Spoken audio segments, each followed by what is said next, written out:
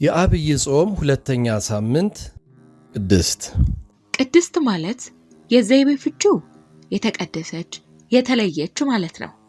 ሚስጥራዊ መልእክቱ ግን የሚስጥር አድኅኖ ታላላቅ ስራውን ለመጀመር መድኃኒታችን ኢየሱስ ክርስቶስ በገዳመ ቆሮንጦስ ገብቶ ከቆመ ሳያርፍ ከዘረጋ ሳያጥ የጾማት የ40 ቀንና ሌሊት ልዩ የሆነችና ክብርት ጾም የምትጀመርበትን ሁለተኛ ሳምንት ከልብ ያሳስበናል።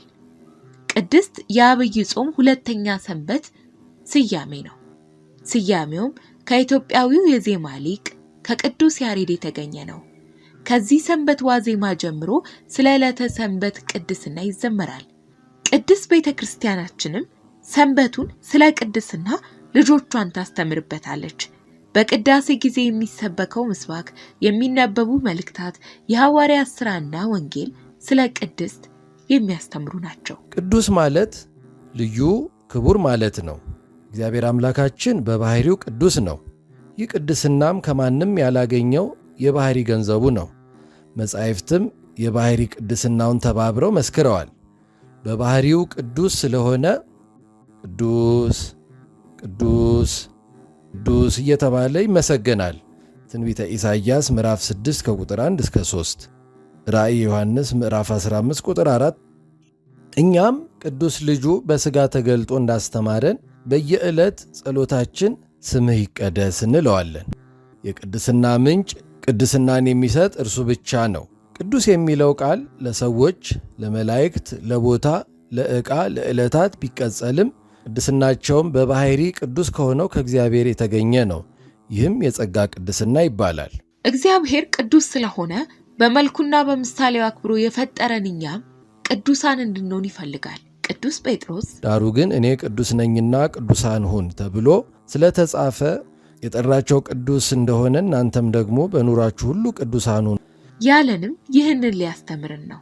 ከመፈጠራችን አስቀድሞ መጠን በሌለው ፍቅር የወደደን እግዚአብሔር ካለመኖር ወደ መኖር ያመጣን ለውርደት ሳይሆን ለክብር፣ ለርኩሰት ሳይሆን ለቅድስና፣ ለሞት ሳይሆን ለሕይወት ነው።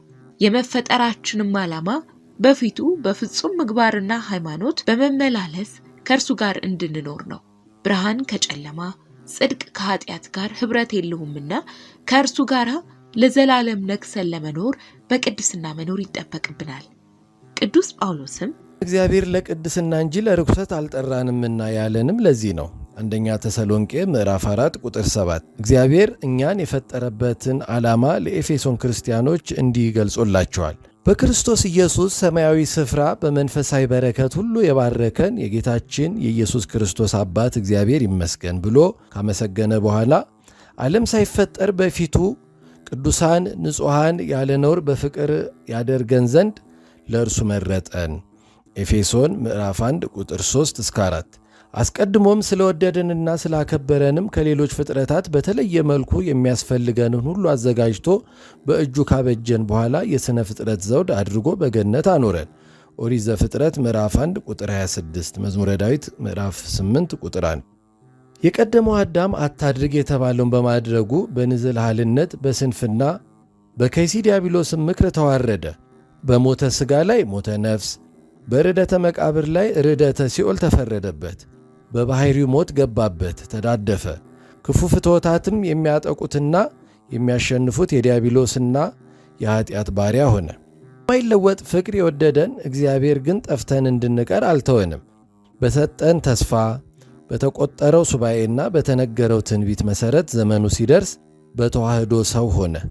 የተዋረደ ሥጋችንን አከበረ፣ በከበረ ደሙ አጀን፣ ከኀጢአት አጠበን።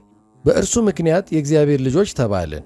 ጌታችንና መድኃኒታችን ሰው የሆነውና ለመዳናችን የሆነውን ዋጋ ሁሉ የከፈለን ለእኛ ያለውን ፍቅር፣ ለኀጢአት ያለውን ጥላቻ ለእኛ ለማሳየት ነው።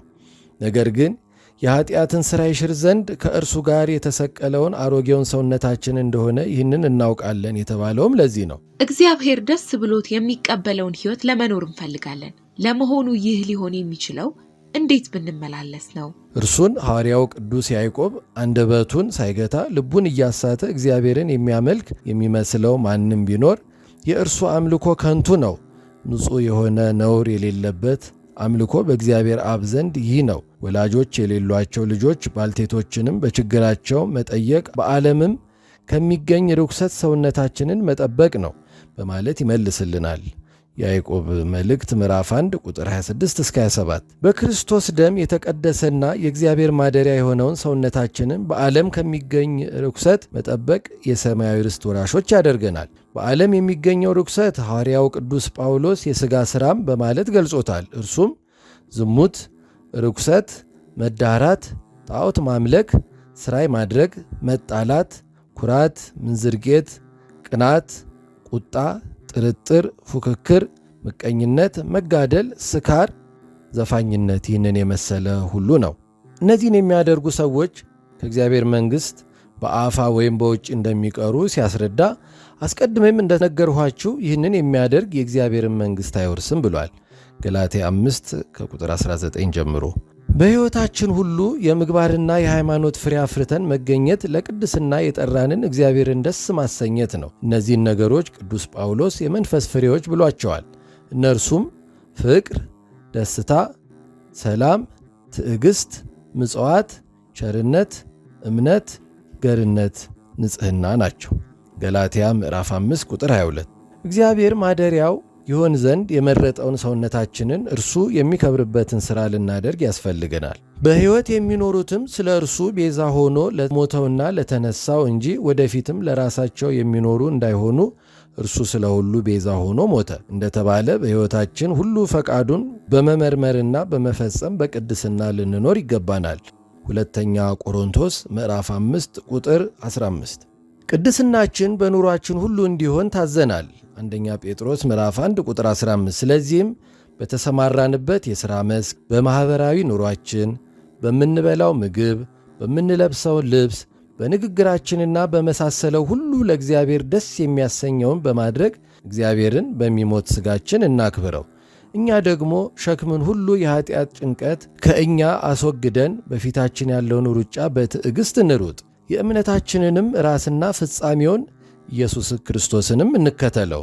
እርሱ ነውርን ንቆ በፊቱ ስላለው ደስታ በመስቀል ታግሶ በእግዚአብሔር ዙፋን ቀኝ ተቀምጧል ተብሎ እንደተጻፈ ደምን እስከ ማፍሰስ ድረስ ተጋድሏችንን አድርገን ከኀጢአት ርቀን በቅድስና እንድንኖር ይገባናል።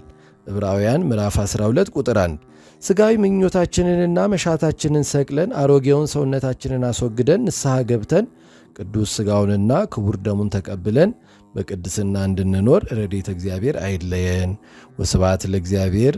ይቆየን።